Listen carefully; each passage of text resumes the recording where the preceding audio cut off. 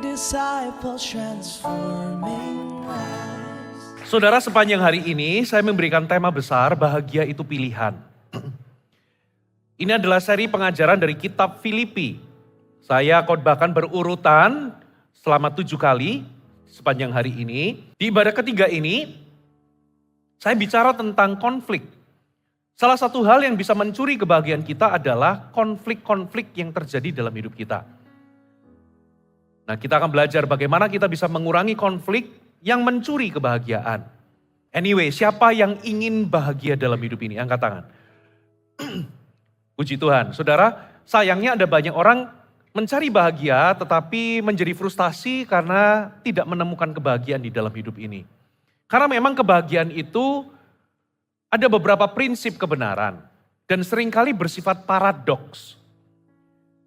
Ternyata kebahagiaan itu tidak dicari, tapi kebahagiaan itu diciptakan. Kebahagiaan itu adalah pilihan kita, Bapak Ibu. Saudara itu menjadi bahagia seperti yang Anda pilih. Saudara nggak bisa salahkan orang lain, keadaan yang menjadi penyebab mengapa Anda tidak bahagia. Karena Anda itu bahagia atau tidak, karena pilihan Anda sendiri. Itu sebabnya kebahagiaan gak bisa dicari, tapi kita bisa ciptakan. Kebahagiaan itu adalah sebuah hasil, bukan tujuan. Kalau Anda menjadikan kebahagiaan itu tujuan, maka Anda akan hidup dalam kehidupan yang egois. Anda akan menuntut orang-orang di sekitar saudara atau keadaan saudara membahagiakan saudara. Yang mana itu gak mungkin terjadi. Justru bukannya bahagia yang Anda peroleh, Anda malah hidup di dalam ketidakpuasan, kekecewaan, dan akibatnya Anda tidak bahagia. Tapi sebaliknya, kalau Anda menjadikan kebahagiaan itu sebagai hasil, yang Anda kejar adalah penyebabnya, maka Anda akan bahagia. Karena kita ini punya sifat egois. Kalau kebahagiaan jadikan tujuan, kita akan menjadi egois dan menuntut untuk dibahagiakan. Yang mana makin Anda jadi orang yang sulit untuk bahagia. Tapi bahagia itu hasil dari apa? Hasil dari Anda berpikir benar, bertindak benar, dan hidup benar. Nah, ketika Anda mengerti firman, coba kita buka Yakobus 1 ayat 25, dikatakan begini saudara, saya bacakan ya. Yakobus 1 ayat 25. Sebab barang siapa meneliti hukum yang sempurna, yaitu firman Allah, hukum yang memerdekakan orang, dan ia bertekun di dalamnya. Jadi bukan hanya mendengar untuk melupakannya, tetapi sungguh-sungguh melakukannya. Ia akan apa saudara? Berbahagia oleh perbuatannya. Ayatnya keluar nggak tadi? Jadi dengan kata lain, kebahagiaan itu adalah hasil ketika Anda membiasakan, memilih, melakukan apa yang firman katakan. Ketika Anda memilih yang benar, bertindak benar, hidup benar, berpikir benar. Ketika Anda membiasakan itu, maka kebahagiaanlah efek sampingnya atau hasil sampingannya. Tapi kalau Anda mengejar bahagia, bukan mengejar penyebabnya, Anda akan makin sulit untuk bahagia. Karena kecenderungan kita egois. Saudara. Nah, kebahagiaan itu kebahagiaan yang didasarkan atas sesuatu yang Anda biasakan, itu lebih permanen, lebih bertahan lama. Tapi kebahagiaan yang didasarkan atas kejadian sesaat, itu biasanya tidak bertahan lama. Di ibadah tadi saya kasih contoh. Anda itu kepengen ke Amerika dari sejak kecil sampai besar gak pernah keturutan. Anda bermimpi kepengen bisa berlibur ke Amerika. Satu kali Anda kumpulkan uang, akhirnya kejadian saudara. Anda berlibur ke Amerika, pergi ke Disneyland, pergi ke sini, ke situ. Sepanjang di Amerika Anda merasa bahagia. Tapi begitu pulang ke Indonesia, apalagi Anda menghitung berapa uang yang Anda habiskan, tiba-tiba rasa bahagia itu lenyap seketika. Makanya kebahagiaan yang didasarkan atas kejadian sesaat, itu gak permanen. Gak bertahan lama. Tapi kalau kebahagiaan itu didasarkan atas kebiasaan Anda memilih benar, melakukan apa yang firman wahyukan, Anda bertekun di dalamnya, sebagai efeknya adalah Bapak Ibu, Anda bahagia. Nah, sepanjang 7 kali kebaktian ini, dari perikop-perikop, kitab Filipi itu memuat rahasia bagaimana kita itu bisa berbahagia. Kenapa Filipi ini, kitab ini luar biasa? Karena kitab Filipi ini ditulis oleh Rasul Paulus bukan dalam keadaan dia baik-baik saja. Di dalamnya bermuat kata-kata bersukacitalah, bersukacita, aku akan bersukacita senantiasa. Ya, engkau membuat sukacitaku penuh, itu penuh dengan kata-kata bersukacita, berbahagialah. Tapi Anda harus tahu, dia menuliskannya itu bukan dalam keadaan dia lagi liburan, tapi justru dia lagi menderita, berada di penjara Romawi selama 2 tahun. Menunggu eksekusi keputusan apa yang akan dijatuhkan kepadanya. Di tengah-tengah dia di penjara itulah, dia mengalami penderitaan itulah, dia menuliskan salah satu surat. Salah satu suratnya adalah surat kepada jemaat yang dia rintis di Filipi. Jadi dia di penjara di Roma.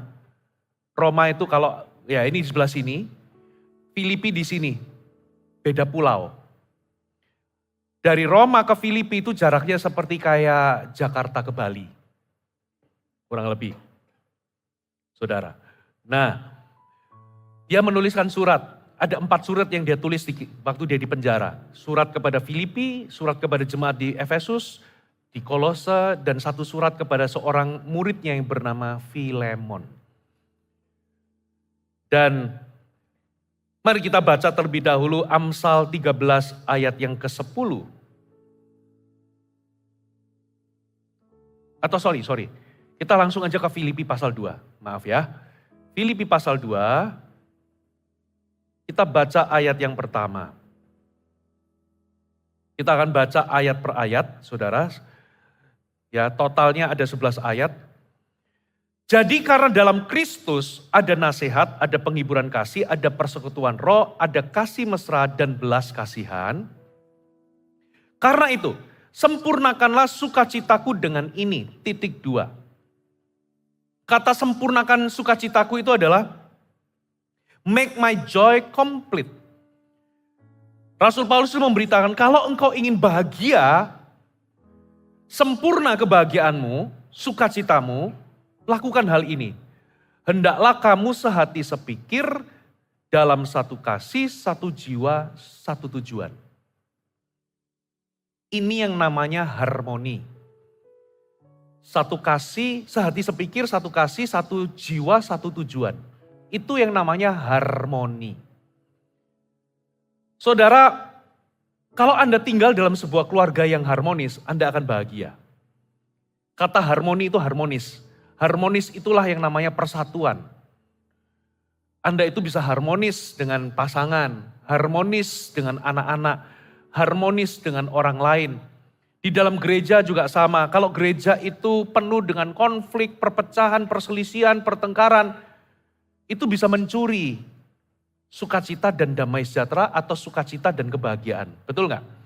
Tapi coba kalau misalnya sebuah CG itu harmonis, sehati, sepikir, setujuan, maka your joy will complete. Anda akan merasa bahagia. Makanya salah satu pencuri dari kebahagiaan dalam kehidupan kita, salah satunya adalah konflik-konflik yang ada dalam kehidupan kita. Nah, kalau Anda mau bahagia, Anda harus mengurangi konflik-konflik dalam kehidupan. Saudara, by the way, dalam hidup ini kita nggak bisa menghindari konflik. Konflik itu bukanlah masalah sebetulnya. Katakan sama-sama, konflik itu bukan masalah. Masalah sesungguhnya adalah bagaimana kita ini menghadapi atau menangani konflik atau meresponi konflik tersebut. Konflik itu kadang gak terhindarkan, tapi cara kita menangani atau meresponinya itulah masalah sesungguhnya. Banyak konflik tidak pernah selesai, banyak konflik justru membuahkan sakit hati, konflik banyak membuahkan Banyak kehancuran rumah tangga, komunitas. Itu karena kita tidak bisa meresponi dengan benar. Tapi anyway, saudara, kita perlu belajar untuk mengurangi konflik-konflik di dalam kehidupan ini. Sekarang pertanyaannya, bagaimana kita bisa mengurangi konflik dalam kehidupan ini? Kita langsung saja, kita baca, saudara, ayat berikutnya, ayat 2-3.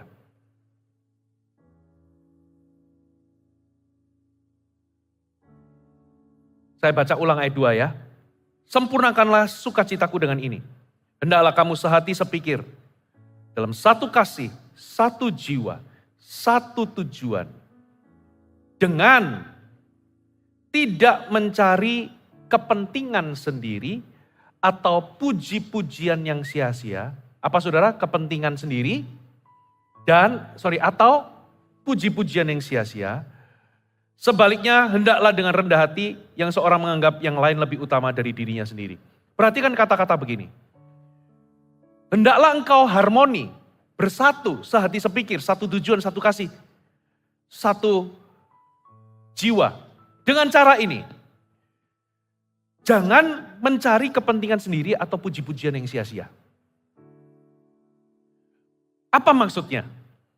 Terjemahan yang lain, versi Alkitab yang terbuka, kata mencari kepentingan sendiri dan pujian sia-sia itu diterjemahkan sebagai jangan melakukan apapun dari ambisi yang egois atau kesombongan yang sia-sia. Jadi kata puji-pujian yang sia-sia itu diterjemahkan sebagai kesombongan. Versi New American Standard mengatakan, do nothing from selfishness, egoisme, kepentingan sendiri, or empty conceit. Empty conceit itu kesombongan yang sia-sia. Versi New Century Version dikatakan, when you do things, do not let selfishness, keegoisan, or pride, kesombongan, be your guide. Kalau Anda ingin bahagia, Anda harus kurangi konflik. Dan bagaimana cara mengurangi konflik dalam kehidupan saudara adalah, catat baik-baik poin pertama. Jangan biarkan kesombongan memimpin langkah-langkahmu. Saudara, ternyata ada dua sumber daripada konflik. Yang pertama adalah selfishness. Yang kedua adalah keangkuhan atau kesombongan. Dua hal ini. Coba kita baca ya ayatnya, saudara. Yakobus 3 ayat 16.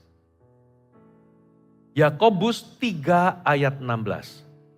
Sebab di mana ada iri hati dan apa saudara? Mementingkan diri sendiri, ayatnya sudah keluar? Oke, kita tunggu ya. Kalau sudah keluar tolong kasih kode saya, kasih jempol. Sebab di mana ada apa saudara? Iri hati dan mementingkan diri sendiri, ini egoisme atau selfishness. Di situ ada apa? Kacauan. Dan apa? Segala macam perbuatan jahat.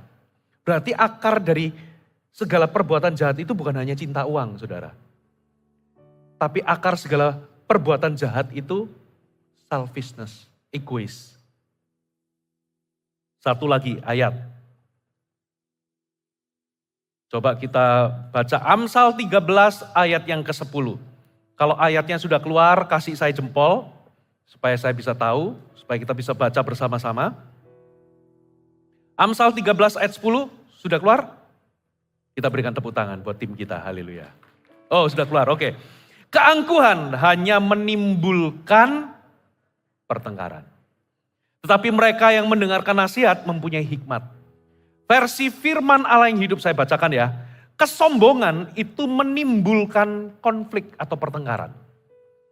Bersikaplah rendah hati, terimalah nasihat, jadilah bijaksana. New Living Translation mengatakan, pride leads to conflict. Those who take advice are wise. Orang yang cukup rendah hati untuk take advice, itu bijaksana. Tapi pride always leads to conflict. Jadi sebetulnya sumber konflik itu dua. Selfishness and pride.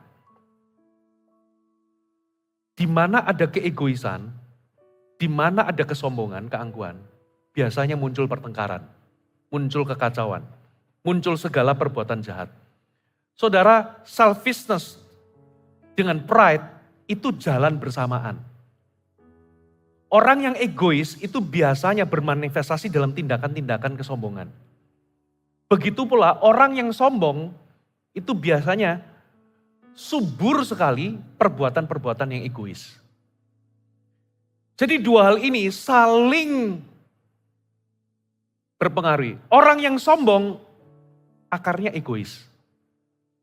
Orang yang egois biasanya sombong. Dua-duanya ini berjalan bersamaan, Bapak Ibu. Sebaliknya, Anda nggak bisa rendah hati pada saat bersamaan egois. Itu nggak bisa. Nanti di poin kedua saya akan jelaskan. Apa beda egois dan sombong? Anyway, saudara, tadi dikatakan di mana ada iri hati dan mementingkan diri sendiri, di situ ada kekacauan dan segala perbuatan jahat.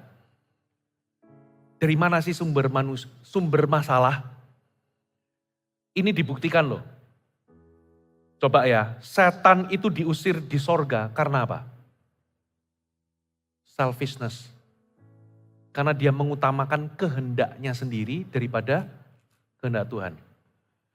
Lucifer berkata, aku hendak, aku hendak, aku hendak. Ya akhirnya jatuh. Lucifer juga sombong. Dia hendak menyamai yang maha tinggi. Adam dan Hawa, kenapa kok bisa jatuh? Karena dia sombong, dia dengar kata-kata iblis. Kamu gak perlu lagi tanya Tuhan tentang mana yang baik dan jahat. Kamu kalau makan buah ini, kamu akan jadi seperti Tuhan. Kamu akan tahu mana yang baik dan jahat. Jadi gak perlu lagi engkau tanya Tuhan tentang mana yang baik dan jahat. Cukup makan buah ini, kamu bisa jadi Tuhan bagi dirimu sendiri. Coba lihat, egois, selfish, dan sombong. Iblis memberikan sebuah nasihat, engkau gak perlu bergantung kepada Tuhan. Gak perlu tanya Tuhan lagi tentang mana yang baik dan jahat. Kalau kamu makan itu, kamu jadi Tuhan bagi dirimu. Raja Daud berzina dengan Batsheba. Karena apa? Selfishness, egois. Ananias dan Safira mendustai Roh Kudus. Karena apa? Selfishness. Daud tadi membunuh suami dari Batsheba. Karena apa? Selfishness. Jadi dua hal ini, keegoisan dan kesombongan, itulah akar dari kejahatan, saudara. Nah, apa bedanya egois dan sombong? Egois itu akan berkata, semua tentang saya. Semua tentang aku. Kebutuhanku, pendapatku, diriku. Kalau sombong, dia berkata, aku selalu benar. Kesamaan dari dua hal ini adalah aku. Di tengah-tengah kata pride, tengah-tengahnya itu apa? I.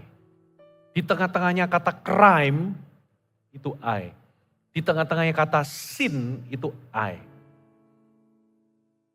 Jadi problem kita itu adalah aku, diriku, dan I, me, and myself. Keakuan itulah manifestasi daripada egois dan sombong. Kesombongan, keegoisan berkata, ini semua tentang aku. Kalau kamu gak menuruti caraku, kalau kamu gak mendidik anak sesuai dengan caraku, kalau kamu gak peduli dengan kebutuhanku, gitu ya, semua tentang aku. Diriku, aku, pendapatku. Tapi kalau kesombongan di dalam hubungan, itu akan berkata, aku selalu benar. Yang lain selalu salah. Coba ya, tolong disiapkan gambar sepatu yang saya sudah minta untuk dimunculkan. Tolong munculkan gambar sepatu di atas, sudah muncul? Siapa yang lihat ini warna putih atau pink? Oke, turunkan tangan. Siapa yang lihat ini warna hijau atau turquoise? Apa? Ada yang lihat warna hijau atau abu-abu? Ada? Halo? Siapa yang nggak lihat warna apapun selain yang lihat warna pink? Nah berarti nggak angkat tangan lihat warna apa? Hah? Ada yang lihat warna berbeda dari pink? Nggak ada. Atau jangan-jangan ini foto yang salah? Saudara, ada beberapa orang lihat ini warna pink dengan putih. Tapi ada beberapa orang lihat ini warna hijau. Saudara, pada waktu ini saya tunjukkan kepada jemaat di salah satu jemaat, ada beberapa orang lihat itu warna hijau, ini warna pink. Gitu ya. Waktu itu saya lagi bincang-bincang, saya tunjukkan kepada salah satu full timer di gereja lokal di Cirebon. Ini loh gambar ini, ada yang lihat warna putih tapi ada yang lihat ini warna hijau. Pastor Fuji itu bohongan, nggak mungkin. Pastor Fuji lihat apa? Warna putih. Saya juga putih, tapi ada yang lain lihat warna hijau. Wah itu nggak logik. Pastor Fuji kan orang yang logik. Sampai dua gembalanya suami istri lihat ini warna hijau. Kaget dia. Lalu berdebatlah mereka 5 menit gak berhenti. Apanya yang hijau? Loh ini itu hijau, ini pink. Nah saudara dari sini kita bisa tahu, dari gambar ini kita bisa tahu. Bahwa orang itu bisa melihat dari sudut pandang yang berbeda. Faktanya saya melihat putih. Tapi gembala Cirebon lihatnya warna hijau. Itu fakta, dua-dua sama-sama based on fact. Tapi ternyata cara kita memandang itu bisa beda. Nah orang yang sombong tidak bisa memahami sudut pandang orang lain. Makanya konflik gak pernah berhenti. Berdebat sampai lebaran, monyet. Sampai Yesus datang kedua kali, gak berhenti. Pahami bahwa orang lain itu bisa melihat dari sudut pandang yang berbeda dengan kita. Sampai kita belajar memahami sudut pandang orang, baru biasanya konflik akan selesai. Orang yang sombong tidak mau minta maaf, karena apa? Aku selalu benar. Dia akan sulit memberikan pengampunan, dia akan sulit memahami sudut pandang orang lain, dan dia akan sulit untuk bisa membereskan persoalan. Itulah sebabnya Bapak Ibu, kalau Anda membiarkan kesombongan dan keegoisan memimpin langkah-langkah saudara, hidup Anda penuh dengan stres. Kenapa? Karena hidupmu penuh dengan konflik yang tidak selesai. Bapak Ibu, siapa yang ingin bahagia? Jangan izinkan kesombongan dan keegoisan memimpin langkah-langkahmu. Yang kedua, coba kita kembali di ayat yang keberapa tadi? Ayat yang ke-3. Sebaliknya, hendaklah dengan rendah hati yang seorang menganggap yang lain lebih utama daripada dirinya sendiri. Dikatakan sebaliknya, dengan rendah hati menganggap yang lain lebih utama dari dirinya sendiri. Yang kedua, saudara, catat baik-baik. Kalau Anda ingin mengurangi konflik, pilihlah bertindak dalam kerendahan hati.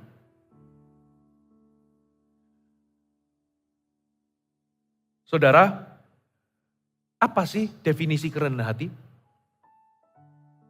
Ternyata kerendahan hati dari ayat 3 di sini, itu ada hubungannya dengan mengutamakan orang lain. Dengan kata lain, orang yang rendah hati itu berpikir sedikit tentang dirinya. Bukan berpikir rendah tentang dirinya. Seorang penulis yang bernama C.S. Lewis, Saya quote dari statementnya dia. Dia berkata begini, dari ayat ini, saya percaya inspirasinya dari ayat ini. Humility is not thinking less of yourself. Kerendahan hati itu bukan berpikir rendah tentang dirimu. But thinking of yourself less. Tapi lebih sedikit mikirin diri sendiri. Itu namanya kerendahan hati. Jadi kerendahan hati itu bukan begitu loh. Oh, aku bukan siapa-siapa kok. Siapakah aku ini? Aku hanyalah ulat atau cacing. Kan di Alkitab Perjanjian Lama kan, siapakah engkau hai cacing Yakub? Aku ini nggak bisa apa-apa. Oh, aku ini, bukan aku nggak bisa lakukan ini. Aku kecil, aku ini. Itu namanya rendah diri, bukan rendah hati. Kerendahan hati itu bukan berpikir rendah tentang dirimu, tapi kerendahan hati itu Anda itu berpikir lebih sedikit mikirin dirimu. Anda lebih sedikit mikirin diri sendiri. Jadi orang yang rendah hati kalau masuk di ruangan ini, dia nggak akan pikir tentang apa ya pendapat orang tentang penampilanku. Nanti kalau aku memuji Tuhan, nanti orang lihat nggak ya gelangku. Ya, apa ya kira-kira pendapat orang tentang diriku? Oh begini, semuanya tentang dirinya. Apa yang pelayan-pelayan Tuhan bisa berikan kepadaku? Apakah asyirnya yang ramah terhadapku? Puji-pujiannya apakah nanti akan menghiburku? Semua tentang diriku. Orang yang rendah hati itu berpikir sedikit tentang diri sendiri. Orang tipe seperti ini, dia datang, siapa yang aku bisa tolong? Siapa yang aku bisa berkati? Siapa yang aku bisa layani? Jadi fokusnya bukan ke diri sendiri, tapi fokusnya adalah mengutamakan orang lain. Sebaliknya, hendaklah dengan rendah hati engkau menganggap yang lain lebih utama. Bertindaklah di dalam kerendahan hati. Jadi saudara itu bisa tetap confidence.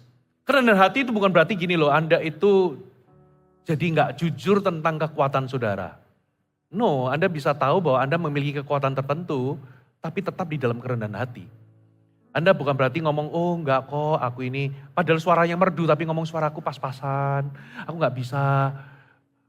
Saudara, Anda bisa tetap confidence, Anda bukan berarti Anda menyangkal kekuatanmu, tapi Anda juga bisa jujur dengan kelemahan saudara.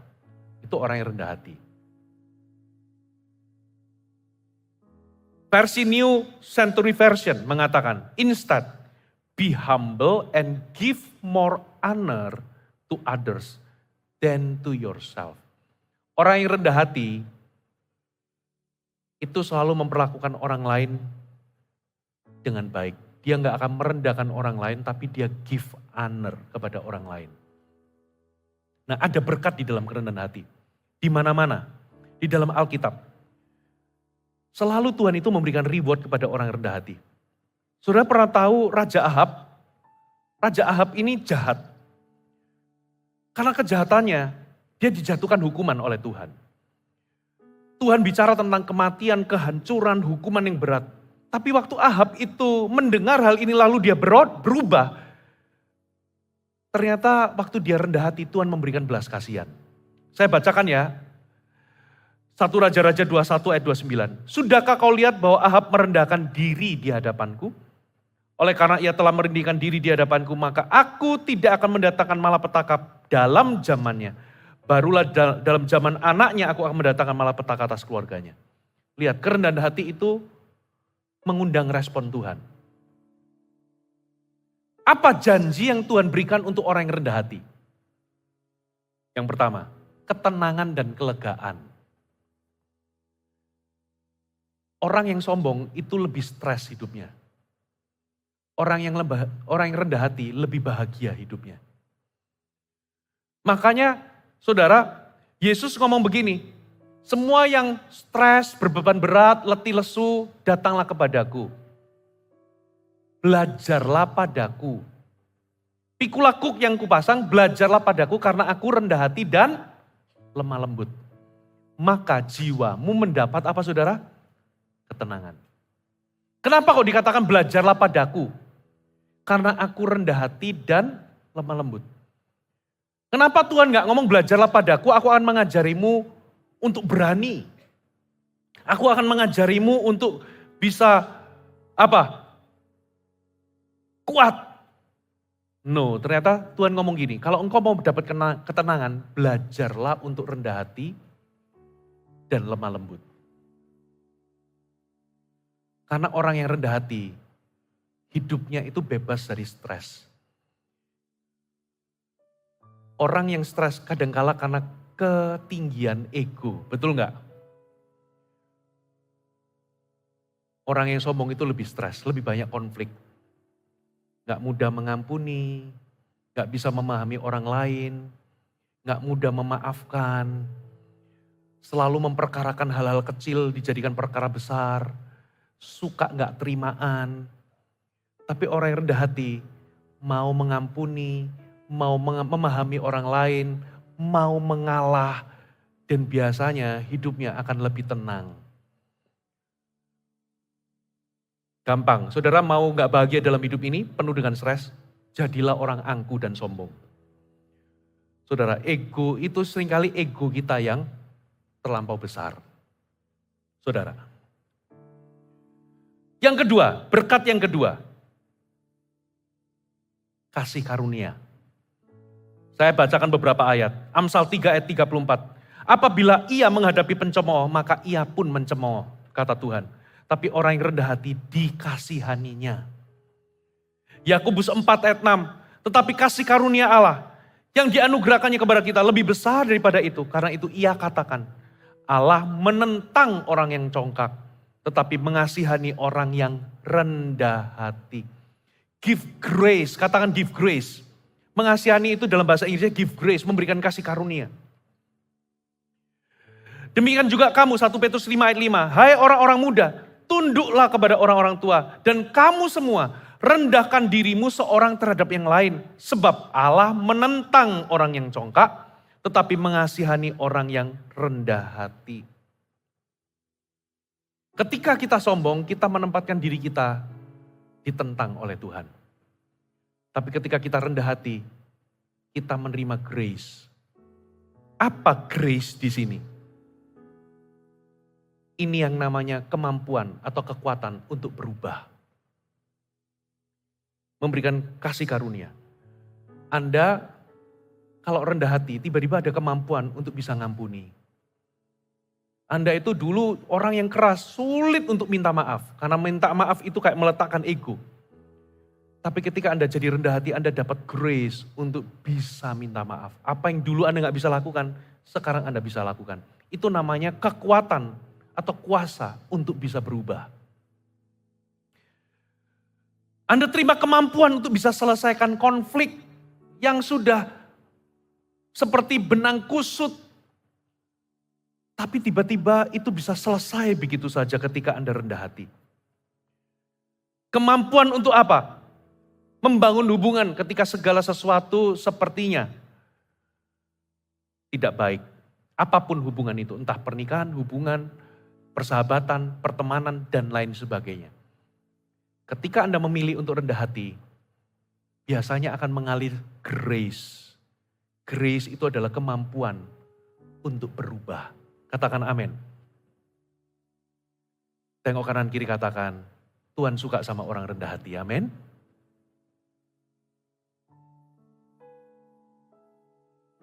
Berapa banyak Anda itu kepengen berubah tapi sulit berubah. Ya, kepengen berubah tapi sulit berubah. Kuncinya cuma satu, rendahkan dirimu di hadapan Tuhan. Jadilah rendah hati. Bapak Ibu, saya pernah cerita mungkin di sini. Bertahun-tahun yang lampau, saya pernah diajar di area kerendahan hati. Satu kali saya pernah mengantar pembicara untuk balik ke bandara, lalu di bandara dia ngomong, aduh kelupaan tadi itu bingkisan-bingkisannya apa dan sebagainya masih ada di kamar hotel. Sayang kalau nggak diambil. Lagi pula hotelnya saya belum check out. Akhirnya saya harus kembali ke hotel tersebut, melewati sebuah mall. Ternyata waktu saya parkir, ya pokoknya saya langsung parkir. Waktu saya kembali, Mau keluar dari parkiran, ternyata di situ ada seorang penjaga, mungkin itu security-nya atau dan sebagainya, malah pintunya ditutup. Rantainya itu ditutup. Kan parkiran itu biasanya ada 2 jalur. Jadi saya ambil jalur yang satunya. Waktu saya mau keluar, ditutup lagi saudara. Loh ini saya keluar kok malah pintu ditutup. Lalu dia nyelonong dengan wajah yang tidak menyenangkan. Pergi meninggalkan. Saya sontak, saya bel. Lalu saya kasih kode, tolong dibuka saya mau keluar. Ternyata dengan wajah tidak menyenangkan, dia akhirnya buru-buru membuka gitu. Saya namanya manusia juga saudara. Saya buka jendelanya. Istri saya di samping sudah sabar enggak. Saya cuman mau tegur dia, loh bapak ini apa-apaan? Gitu ya. Tapi karena istri saya udah gini-gini ya udah saya turun. Tapi saya turun, saya jengkel, saya mengungkapkan ini kok ditutup gini-gini. Ternyata istri saya ngomong begini, kok kayaknya kita yang salah. Loh salah di mana gini-gini. Ternyata saya itu parkir di tempat vale saudara. Makanya mungkin security itu, loh kalau vale itu harusnya petugas yang ngambil mobilnya. Nah saya ini bukan petugas, saya ngambil mobilnya makanya dia kunci. Saya nggak mengerti, karena waktu saya parkir di situ pintu terbuka, nggak tahu juga. Tapi saya tetap membela diri, pokoknya dan sebagainya. Sampai di rumah saya rasa nggak damai sejahtera. Saya tahu Roh Kudus minta saya untuk meminta maaf. Tapi saya penuh dengan pembelaan. Loh tapi kan dia seharusnya nggak bersikap begitu, begitu. Sampai akhirnya saya menyerah. Pertentangan dalam batin. Akhirnya saya, ya sudahlah. Saya akhirnya pamit sama istri saya mau balik. Ya, ke mall tersebut. Ke hotel tersebut, kebetulan di sini. Di hotel belakang sini. Saya pamitnya ke istri saya mau ke toko buku rohani. Saya nggak bohong, saya nyampe di mall, saya ke toko buku dulu lalu keluar. Lalu saya bungkus, saya ingat saya dikasih orang oleh-oleh kemeja dari Amerika, bukan kemeja, kaos dari Amerika, oleh-oleh gitu ya. Belum pernah saya pakai, akhirnya saya bungkus, saya bawa, saya mau kasih ke security tadi. Saya lewat jalur belakang, ternyata saya tanya sama petugas yang jalur belakang, Pak tadi yang jaga di sini siapa? Orangnya kaget, kenapa Pak? Oh enggak Pak, saya utang maaf sama dia. Oh ya, akhirnya diantar, ternyata dia jaga di pintu depan hotel sebagai screening. Waktu dia lihat saya, terkejut dia. Wah ini bapaknya masih belum terima ini mungkin.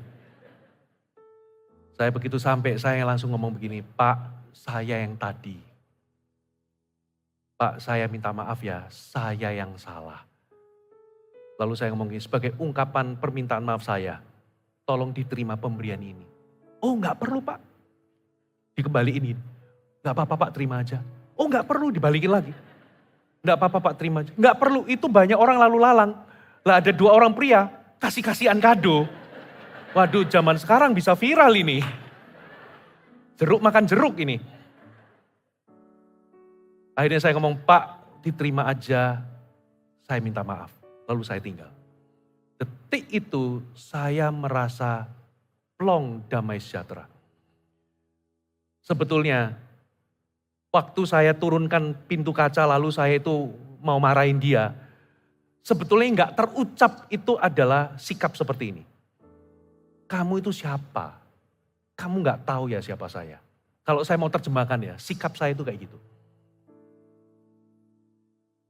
Puji Tuhan itu enggak terucap saudara. Seringkali di situ saya belajar. Orang besar itu tahu memperlakukan orang lain atau memanusiakan orang lain. Halo amin. Kita nggak boleh lihat orang itu dari profesinya, siapa dia. Hanya gara-gara dia itu mungkin petugas kebersihan, bukan berarti dia lebih rendah dari kita. Kalau kita bisa memperlakukan orang yang lebih kecil dari kita itu lebih baik, itu namanya kerendahan hati. Tapi orang yang angku biasanya, kamu nggak tahu ya siapa gua. Lu nggak kenal ya siapa aku. Itu namanya pride, saudara. Nah, pride itu biasanya karena egois. Nah, Tuhan ajar saya, kamu harus pergi minta maaf. Itu bergumul karena apa? Keberatan ego. Tapi coba lihat, waktu saya memutuskan untuk menyerah, ya sudah saya balik, saya minta maaf. Tiba-tiba bisa ada grace, memampukan saya untuk berubah. Saya memang salah, tapi dengan minta maaf, paling enggak saya ini enggak gagal dalam ujian. Namanya ujian kesombongan. Amin.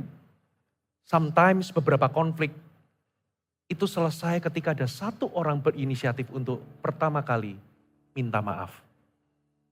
Ada orang mau minta maaf tapi dia harus minta maaf dulu sama saya. Nah itu namanya enggak pemberesan saudara.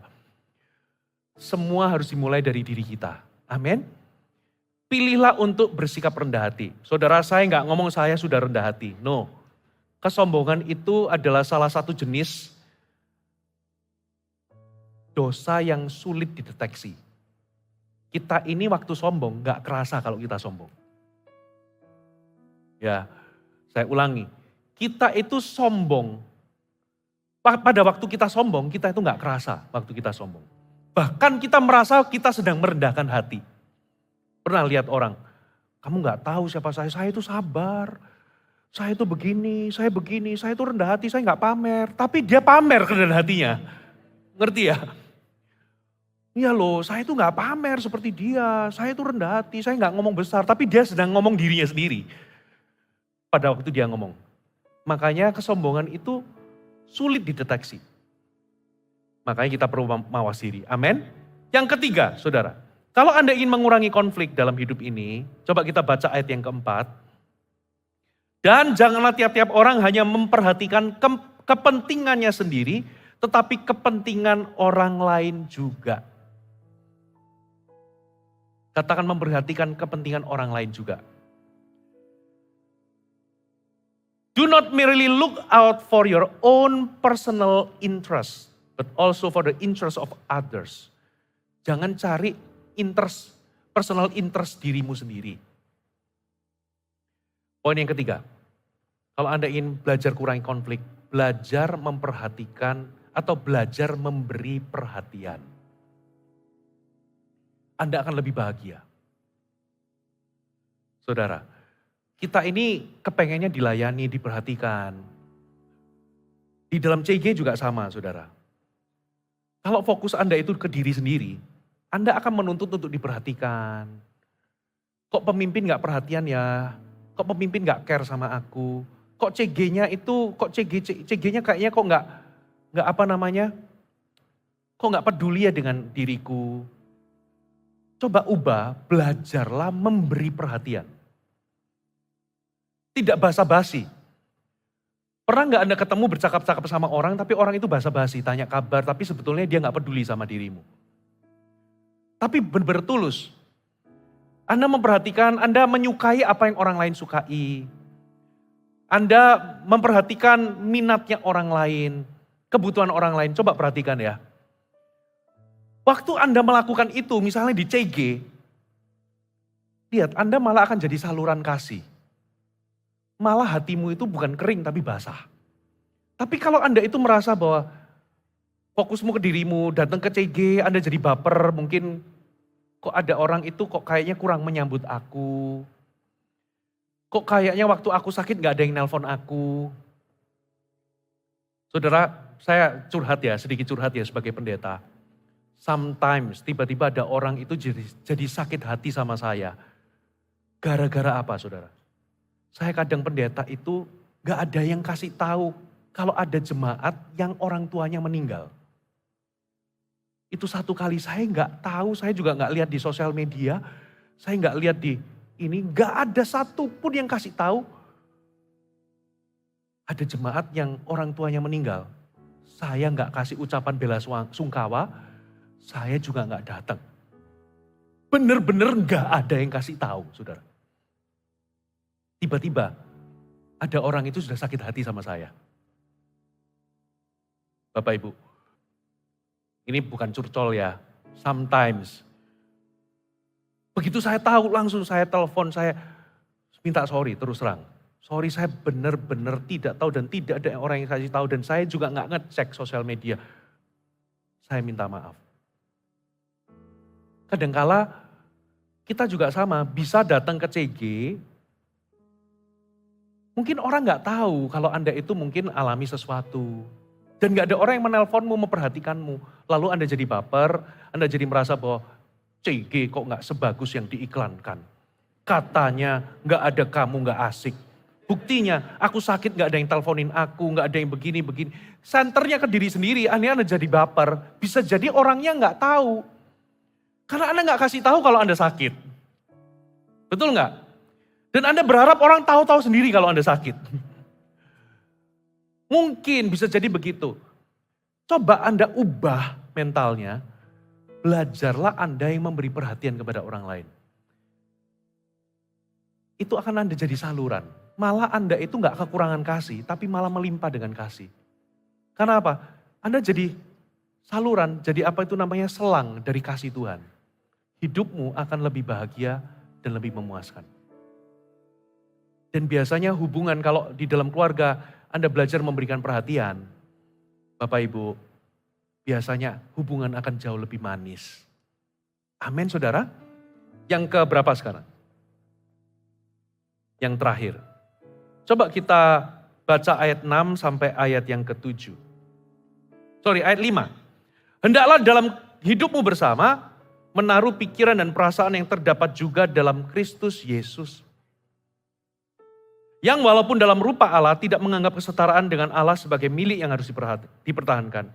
Melainkan telah mengosongkan dirinya dan mengambil rupa seorang hamba dan menjadi sama dengan manusia. Dan dalam keadaan sebagai manusia ia telah merendahkan dirinya dan taat sampai mati. Bahkan sampai mati di kayu salib.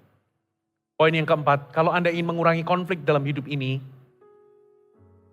Anda perlu menaruh sikap dan perasaan yang sama atau memiliki sikap dan tindakan yang sama seperti Yesus. Ada 3 hal yang Yesus contohkan di dalam sikapnya. Yang pertama, ya tidak menuntut apa yang dia pikir dia layak mendapatkannya. Yesus itu gak pernah menuntut apa yang dia pikir dia itu layak mendapatkannya. Dia itu layak loh mendapatkan apa? Hak-haknya sebagai Tuhan. Tapi dia dikatakan begini, aku tidak menganggap, Tuhan tidak menganggap kesetaraannya dengan Allah sebagai hak yang dipertahankan.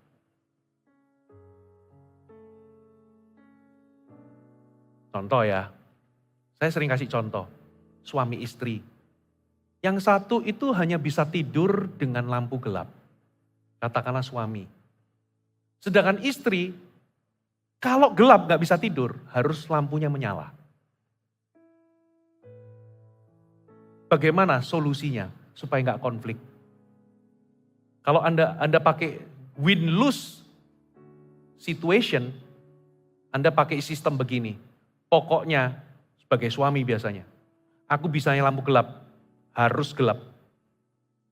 Istri harus ngalah. Itu namanya win-lose.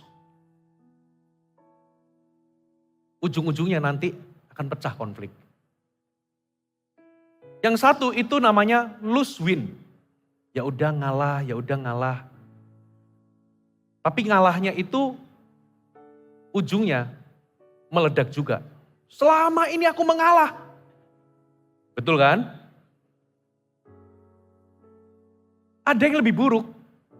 Kalau ini gak selesai, biasanya akan berlanjut ke stage yang lebih buruk. Namanya lose-lose situation. Dua-duanya sama-sama kalah. Ya sudah, istri ngomong gini, ya udah matiin lampunya. Tapi diganggu terus. Jadi aku gak bisa tidur, kamu juga gak boleh tidur. Aku terluka, tapi aku pastikan kamu juga akan terluka. Ini sama-sama sudah saling menyakiti, saling membalas. Satu-satunya solusi, itu namanya win-win solution. Bagaimana win-win ini? Win-win ini hanya bisa diperoleh ketika dua-duanya sama-sama menyerahkan hak. Kalau suami menyerahkan hak untuk bisa tidur dengan lampu gelap, dengan kamar gelap. Kalau istri bisa menyerahkan hak untuk tidur dengan lampu terang, dua-duanya belajar menyerahkan hak itu, maka hari Senin lampu gelap tidak masalah. Selasa lampunya nyala, dua-duanya tidurnya nyenyak. Mau hari ketiga pakai lampu kelap-kelip, nyala terang, nyala gelap, nggak jadi masalah. Mau pakai lampu disko pun tetap tidur nyenyak. Karena dua-duanya sama-sama belajar menyerahkan hak, bukan menuntut hak. Biasanya banyak konflik akan terselesaikan kalau dua-duanya sama-sama menyerahkan hak. Coba itu terapkan dalam hubungan bisnis, hubungan CG, hubungan di dalam gereja, hubungan di dalam rumah tangga. Kalau Anda mempertahankan hak Anda, menuntut terus, biasanya tuntutan itu tidak akan membuahkan hasil. Katakan menyerahkan hak. Yang kedua yang Yesus lakukan adalah, Yesus mencari cara untuk melayani. Makanya dikatakan apa saudara? Ia mengambil rupa seperti hamba. Anda ingin mengurangi konflik dalam hidup Anda? Perbanyak melayani orang. Cari kebutuhan orang lain. Saudara, kalau di meja makan, belajar untuk layani orang lain dulu sebelum ambil makanan dulu. Belajar untuk kita itu mendahulukan atau melayani orang lain. Cari cara untuk Anda bisa melayani. Ambil sikap hamba. Bapak Ibu, harga diri kita nggak berdasarkan dari gaji, status, tingginya jabatan kita, atau seberapa kaya kita. Tapi kebesaran itu justru ada pada bukan jabatan tinggi, uang banyak, tapi kebesaran, greatness comes from serving, melayani. Yang terbesar itulah yang melayani. Katakan amin. Yang terakhir, apa tindakan Yesus? Dikatakan dia itu taat sampai mati di kayu salib, menderita.